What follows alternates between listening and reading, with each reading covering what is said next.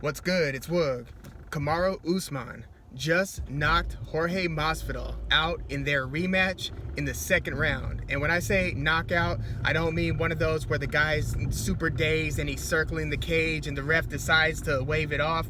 This was a torching right hand that couldn't have landed any more cleanly on Masvidal. He hit the canvas and he went down pretty limp. And then a few hammer fists put him unconscious. Fight is so over. And it was just jarring to see Jorge Masvidal, who has the reputation of being the BMF, the baddest. You know what I mean? Like, just somebody who has got a level of grit in him, has a level of game in him. He is game bred. It's his nickname. We first saw him in the Kimbo Slice backyards, knuckling guys much bigger than him down. And to see him just stretched out on the mat was pretty jarring. I mean, did anybody expect this to be the result of Usman versus Masvidal 2? I mean, the narrative was that Usman's going to grind him out. Usman's going to use all of his, quintessential Usman tools. Some of the wrestling is stand-up wrestling, takedown wrestling, kind of half wrestling where you've got the guy in a compromised position because of your strength and wrestling technique, while you've got a free hand and are just kind of hammering the guy but not getting, full leverage in your punches, but you're doing enough to dominate the round, right? Much like Usman was doing versus Tyron Woodley when he captured the title from Tyron. But since about a year ago, when he started to pair with super trainer Trevor Whitman, whose other pupils include Rose Namajunas, who just recaptured the women's strawweight title in dramatic fashion with a leg kick of Zhang Weili. So Thug Rose Namajunas is one of Trevor Whitman's pupils, as is Justin Gaethje. Trevor Whitman is, in large part, responsible for having developed and evolved Justin Gaethje's stand-up game. So Kamaru Usman had enough gift, just physical gift, talent, and skills to win the championship before linking with Trevor Whitman. So now he links up with Trevor Whitman just before the Jorge Masvidal fight, which was supposed to be Kamaru Usman defending against Gilbert Burns, who then had to pull out because he tested positive for COVID. Insert Jorge Masvidal, and Usman wins that fight via decision, 5-round decision. But there were enough moments in that fight where you give Masvidal the benefit of the doubt for having such short notice on the fight, to where you could think, well, and some people thought this, a second fight between these two could look very different than the first. But I think that most people were seeing the Masvidal potential improvements going into the second fight as playing a more significant role than anything that Usman might have picked up or learned since, fighting Masvidal the first time, and then bringing that knowledge into the second fight, along with more training from Trevor Whitman in the stand-up. I mean, it was noted that, Masvidal had to come in and fight somebody on super short notice, but Usman has been preparing for a Brazilian Jiu-Jitsu specialist who could also throw some hands and has, pretty heavy punches in Gilbert Burns. And suddenly you've got to switch gears, and now you got to prepare for a striking heavy, striking based Jorge Masvidal, very different opponent than Gilbert Burns. But he did so, and he won the fight via 5-round decision. It wasn't spectacular, and it just kind of added to this reputation of Usman that, he is looking pretty dominant, but he's not the most exciting fighter. He's not somebody who you're watching operate and are just, totally blown away by. He's not yet capturing the public's imagination in the way that more striking heavy fighters like Israel Adesanya, Conor McGregor have. So then, since winning that first fight versus Masvidal, Usman stops Gilbert Burns after getting rocked and dropped early in the fight. He, recovers. He turns the tide. He starts controlling the fight with his jab, which I thought was the biggest takeaway from that. Seeing how dominant that jab was after Usman showed his resilience and survived that tough moment earlier in the fight. But Usman broke Gilbert Burns down, finished him, and now we've got the Jorge Masvidal 2 fight where most people were thinking Usman was going to win, but it was going to be because of his grappling ability, and he might TKO him on the ground if he dominates him, maybe finishes him like in the 4th and 5th once he has him on the ground. But nobody thought that it would be wise, especially me. I mean, tell me if you felt different, that going into this fight, that the wise strategy is to make it a stand-up affair versus Jorge Masvidal. If you're Kamaru Usman, it would be like, no, stick with what got you here. And yes, it's good to have picked up these additional skills from Trevor Whitman, but you don't want to like overhaul your game to where now you are a primarily stand-up fighter who will then wrestle when he has to, especially against an opponent as dangerous as Jorge Masvidal in the stand-up.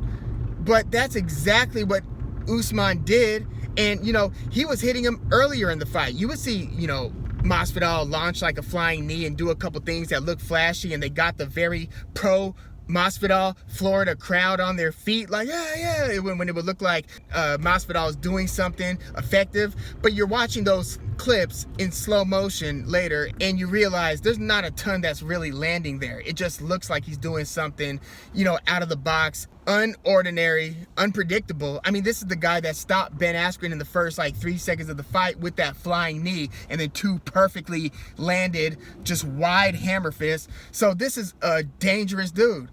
Usman is going toe-to-toe with him, boxing with him, kickboxing with him. They're exchanging, and Usman starts finding a home with the right hand. And it's like, wait a second, they're landing flush to where Masvidal is like smiling. It's like, wait a second. And then he pops him with that evolved jab, that very intelligent and well-timed jab that he's built. And he's landing on Masvidal with it. And up to the point of the stoppage, it looked like it was at least even, if not slightly favoring Usman in the stand-up, let alone the takedown. He took him down in the first round, kept him down. Masvidal was doing some good work off his back with some elbows and punches, but Usman took him down, won the round, kind of, controlled him in large part. And, that's not where Masvidal wants to be.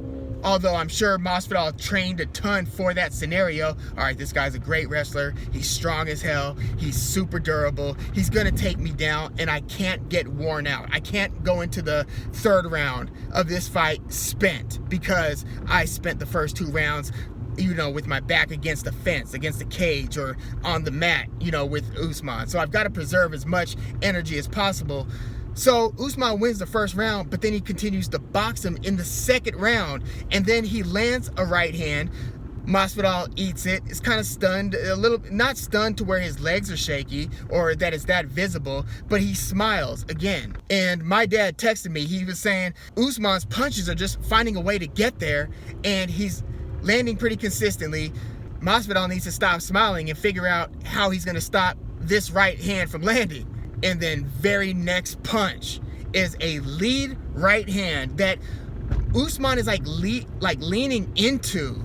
He's totally putting his hips into it, all the power and torque, and he's just shooting a powerful right hand. And Masvidal looked like he was about to throw a left counter, or it might have been designed to be a left lead. I don't know, but he looked like he was in the motion of getting a left hand going. I thought his hands were a little bit low, and that's because of the threat of the takedown, most likely. But Masvidal's left is just leaving the launch pad by the time Usman's already there with the right hand. He eats it. This is where you've got momentum built, because you got one fighter who's now coming towards the punch. So however powerful that punch was, if it was on a stationary target, is going to be even worse if that target is then starting to make a move into the punch. And so he just caught him. As my dad said, he wrapped his bat around it. When a Barry Bonds or Mark McGuire or Albert Pujols or you name it just wraps the bat around the ball to where they could not have possibly hit that ball any cleaner with any sweeter part of the bat. And that's exactly what Usman did here. He just got all of Masvidal, and Masvidal twisted into it. His head totally spun. There are so many viral pictures of this moment on the internet right now where you just see thousands of little sweat beads just in the air around Masvidal's head, as his head is totally twisted, like 90 degrees from where his shoulders are aligned. He's looking this way now, and he was out before he hit that canvas. But he in his credit, he was still in the motion of trying to scramble and survive. That just shows you what type of warriors we're dealing with here. And he ends up, unfortunately, taking a few powerful hammer fists from Usman to close the show. So I don't even know how good Usman is at this point. Like, I know at least at a baseline how good he's proven to be. You know, he now has 4 successful title defenses. So his biggest wins before earning the title were against RDA, Dos Anjos, and Damian Maia. And then he beats Woodley for the title, and that was, you know, the beginning of Woodley's decline, because Woodley would then lose to Gilbert Burns, then Colby Covington, and then Vicente Luque, like within a year. But the beginning of that descent was a dominating takeover of the title from Usman. So since then, he stopped Colby Covington in the 5th round of a classic, which I actually think Usman has improved a lot beyond the point that he fought Colby. I don't know exactly how much Colby's improved. Colby's only fought once since their fight, and it was against a faded Tyron Woodley, and Colby won that via late stoppage. But that's his only fight since that amazing fight, competitive TKO loss versus Usman. One fight, and it was against Woodley. And now he gets the next title shot. Anyway, I'm going to do a different video about that. But since winning that title versus Woodley, Usman defended it successfully against Colby Covington, then against Jorge Masvidal the first time, winning via decision, then stopping Gilbert Burns, who was red hot, had just knocked out Damian Maia, and then just dominated Tyron Woodley, which in retrospect, we're going to have to look at a lot of these Woodley wins or losses, you know, and wins for his opponents a little bit with 2020 hindsight, right? Because we know that we're dealing with a rapidly faded Tyron Woodley, but we didn't totally know that as Gilbert Burns is going into this fight versus Kamaru Usman. I mean, Burns is looking like a killer at this point, and Usman turns the tides after getting hurt early and stops Burns, and now he puts up this performance against Jorge Masvidal. I would say it's the most significant win of his career, even though that Colby fight was so damn good. But because of Jorge's reputation and because of the narrative going in on, yes, Usman is an evolving striker, that's not his bread and butter, and that's not how he's going to beat Jorge Masvidal, and then he does exactly that. Like, wow. I mean, this was a huge statement. And the rest of the division should be pretty shook right now. Usman is looking like I don't exactly know where to place him among the all-time greats. Now, divisionally, I was thinking about it a little. I have GSP number 1 at 170 all-time. And then I had Matt Hughes 2, Tyron Woodley 3. I think that Usman, at the very least, has probably surpassed Tyron Woodley for 3rd all-time in the division. I don't know if he's surpassed Matt Hughes. Here's the thing. Matt Hughes had won the title back in like 2001 or something, and he defended it successfully like 5 times. And he won it against Carlos Newton, which most of you probably don't remember. But Matt Hughes was knocking a lot of people out. He was a great wrestler, though, and he was taking people down, dominating them, choking them out, doing whatever he wanted in a lot of these fights. But he was beating like the Frank Triggs and the Sean Shirks at the time, and even BJ Penn. And he beat GSP. He beat St. Pierre the first time they fought.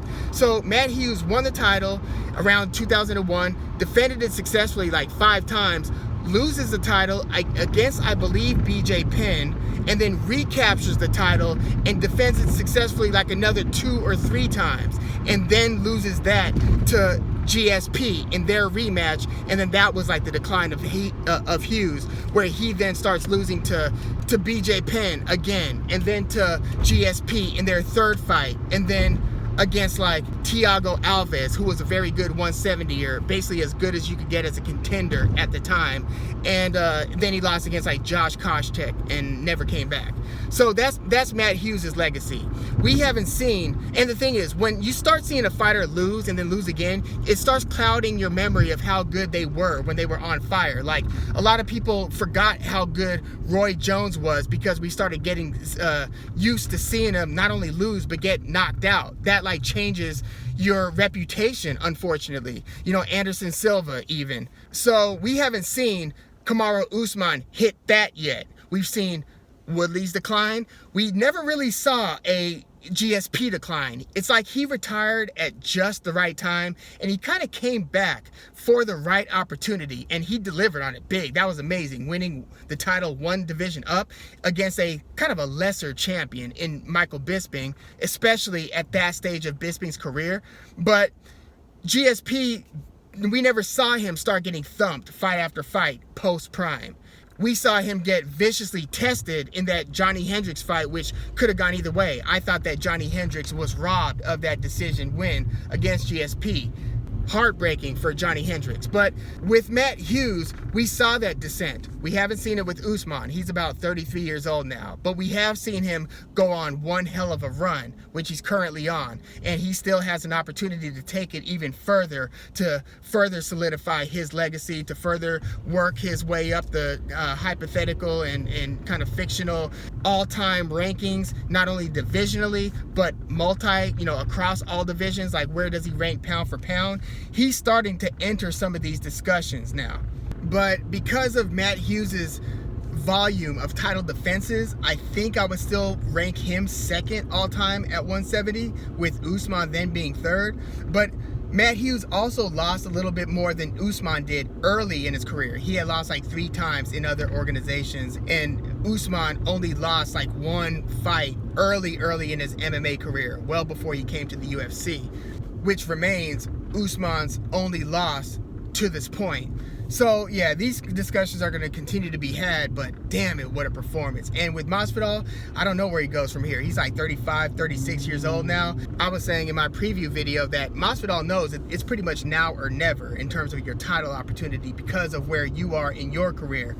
Masvidal was a very late bloomer in terms of his superstardom because of his crazy nice knockouts of like Darren Till, then Ben Askren, and then his performance in the BMF title bout versus Nate Diaz. This just grew the legend, the instant legend that was Jorge Masvidal. So it was just perfect timing career-wise, because he was already kind of entering this later stage of his career, entering your mid-30s and such.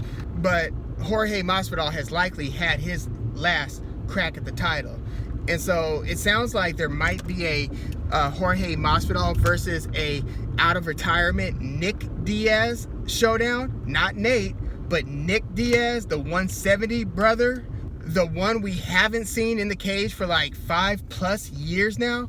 Like, that's interesting, but it's a celebrity type fight at that, at that point. I mean, you've got 2 damn bona fide studs in there, but with Nick being inactive for as long as he's been, and for Jorge to no longer be interested in fighting like the top contenders of the division. Like, Jorge's kind of like, F you, pay me at this stage of his career, right? He's starting his own bare knuckle boxing league from what I've heard. So don't expect to see Jorge Masvidal versus Leon Edwards versus Stephen Wonderboy Thompson in a rematch. And Wonderboy, by the way, has beaten Jorge Masvidal. Like, that was one of Masvidal's final fights before turning the tide with that knockout win over Darren Till before the Ben Askren one and so forth. But he had just lost against Stephen Wonderboy Thompson, who has been hovering around like the number 5 spot, who has also challenged for the title twice in his career, both razor close fights versus Tyron Woodley. But yeah, I think that being a serious contender is no longer something that Jorge Masvidal is interested in. So it'll be interesting to see who he fights, if he fights, going forward. And it looks like we should just saddle up and get ready for Kamaru Usman versus Colby Covington too, even though I'm not sure that that's totally deserved, even as great as that first Usman versus Covington fight was. But yeah, let me know your thoughts on that sensational performance from Kamaru Usman over Jorge Masvidal. Man, did you hear how quiet that Florida crowd got? Oh man. Oh, that was dramatic. As was much of the card, actually. That was a sensational night of fights. Very unfortunate ending to the first two, especially with the Chris Weidman versus Uriah Hall one. I felt terrible for both guys. But please, leave your comments in the comments, like the video, subscribe to the channel if you are into the fight talk. I'm Woog. Thanks for tuning in.